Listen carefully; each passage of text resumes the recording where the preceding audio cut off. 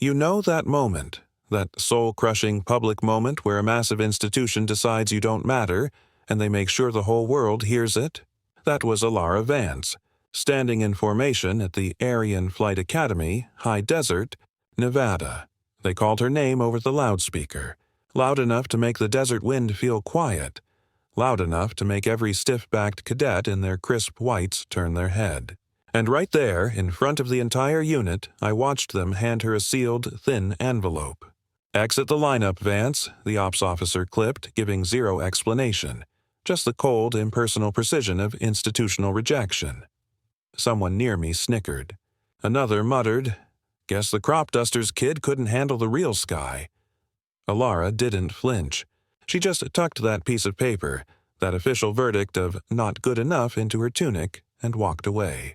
No tears, no outburst, just the sound of her boots on the hard tarmac, a sound that, for me, felt like a thunderclap. They had erased her name from the roster, sure, but what they didn't know was that one file, one little data log in the deep simulator archives, was quietly, defiantly being duplicated. And one plane, one magnificent, off-the-books prototype known only as the Valkyrie, was already being prepped for her by the only man left who still believed. She was just getting started. Alara stood alone, the short, sun-bleached blonde hair ruffling in the hot Nevada breeze. At 28, she was older than most of these Silver Spoon recruits, her sharp green eyes missing absolutely nothing. She had a quiet intensity, which naturally made her an easy, silent target. The laughter carried on the wind. Fragments from the younger crowd, all from military dynasties, all sailing through evaluations with scores that were, let's be honest, suspiciously perfect. Then came Commander Hollis Thorne. He approached, all chiseled, perfect jawline, his expression a masterpiece of professional, regretful detachment that never quite reached his cold, glacier blue eyes. "We've reviewed your matrix. Vance," he stated, his voice a perfect, clinically detached baritone. "It fails to meet criteria for advanced tactical decision-making under high-stress response." His words were textbook, following protocol perfectly, but the satisfaction, that smug little smirk lurking beneath his flawless composure, was unmistakable. The sun was setting now, casting a brutal Judgment Day orange over the hangars. Alara's fingers instinctively touched the tarnished silver pin secured deep inside her jacket pocket. Her father's pin, the only thing left after the fire and the crash that took his life 3 years ago. John Vance, the old man, wasn't just any crop duster in our small town of Dust Bowl Creek. He was the legend. They called him the Sky Whisperer. He could hear an engine problem miles out, trusting his gut more than the manufacturer's manual. "You've got the touch. Sparrow," he told Alara when she first took the stick of his dusty old biplane at 12. "It's in your blood." That memory, it both comforted and burned. She'd promised him she'd fly, really fly, not just dust fields. Now that promise was just another casualty of a system that valued the name on your birth certificate more than the skill in your hands. She was so lost in the memory she didn't hear Chief Brooks approach. "Rough day, kid." The 50-year-old mechanic was all grease smudged across his forearms and genuine compassion in his tired eyes. Brooks had seen it all. Scarred knuckles, oil permanently stained in the creases of his skin. Unlike most of these self-important instructors, he'd never treated Alara with disdain. She often sought refuge in his maintenance hangar, her mechanical aptitude earning her respect from the veteran tech. "Just got my walking papers," Alara replied, keeping her voice steady, the practiced control of someone who's had to fight every day. "Apparently, my profile is deficient." The bitter words tasted like ash. Brooks's weathered face hardened. "Thorne's work, I'm guessing. Just like how your gyro stabilizer mysteriously went haywire mid-simulation yesterday." That insight hit Alara hard. For weeks, she'd been flawless until critical evaluations, when suddenly there were calibration drifts, sensor anomalies, or software glitches, all perfectly timed to sink her performance. "Doesn't matter now," she said, turning toward the base exit. 48 hours to clear out." Brooks stepped directly into her path. "You're just going to walk away? Let Thorne win? Ilara's jaw tightened. I fought every single day, Chief. They made their decision. Brooks glanced around quickly, leaning closer. What if I told you there's a way to show them exactly what they're throwing away? There was a low, conspiratorial edge in his tone that sparked a dangerous hope. I'm listening. He nodded toward the huge, dimly lit hangar. Walk with me. As they moved, he spoke in urgent, low tones. 3 days from now, we have a demo for the big brass from D.C. Thorne is the star, of course, showing off the new Valkyrie prototype, the John V. Ilara's eyes widened. The Valkyrie, the Air Force's premier stealth fighter, a marvel few pilots ever touched. What does that have to do with me? Brooks's eyes glinted with mischief. I've been watching you, Vance.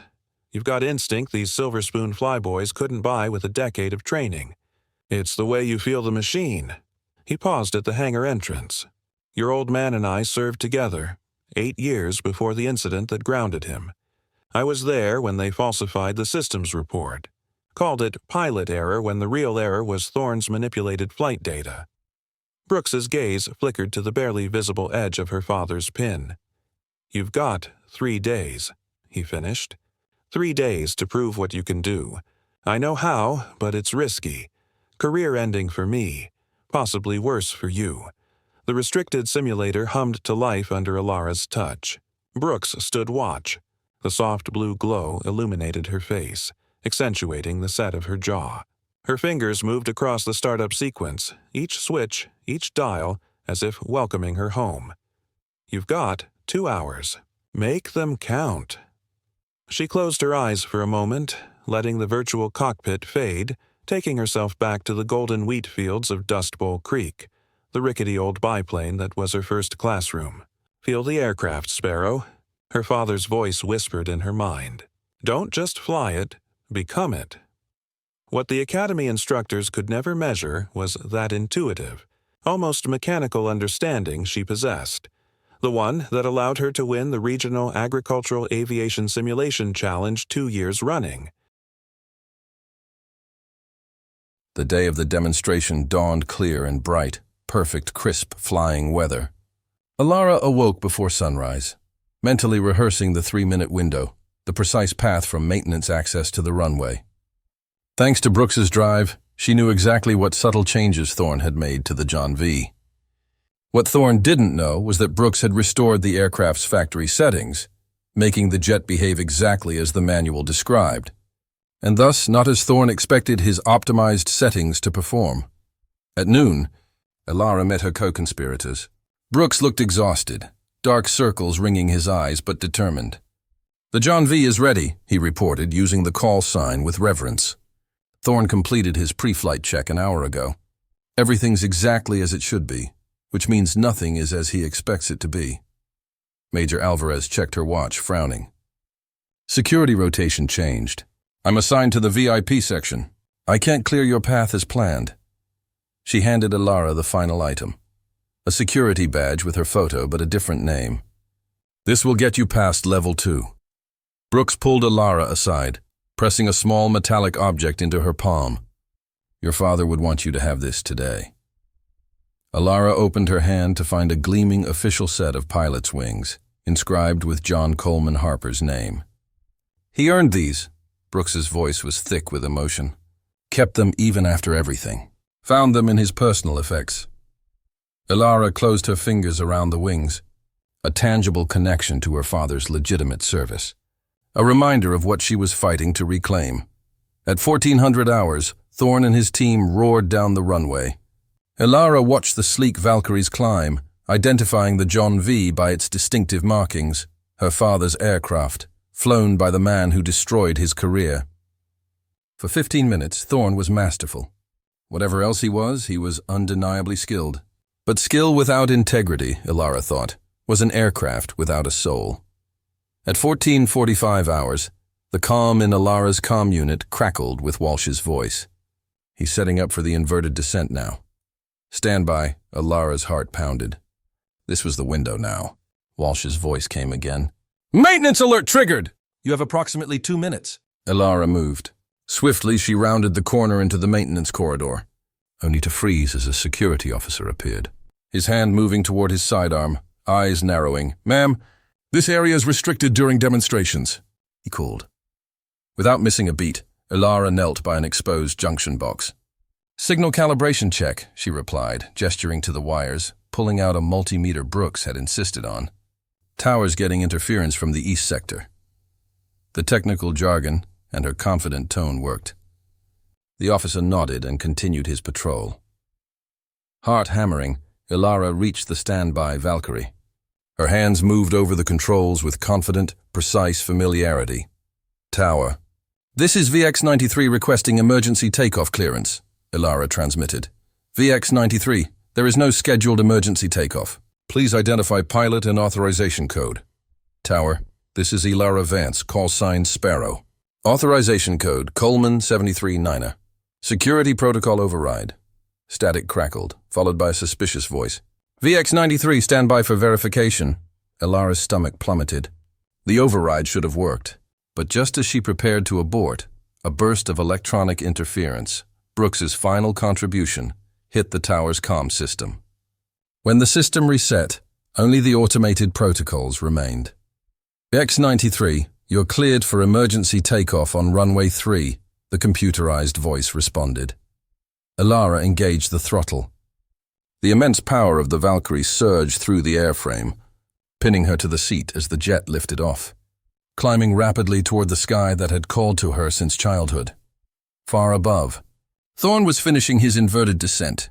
Ilara could hear the appreciative murmurs of the tower over the comm. What they couldn't see, what only Brooks knew, was that the John V was responding differently. Brooks's subtle changes were forcing Thorn to continuously compensate, taxing his skill just to maintain the appearance of effortless control.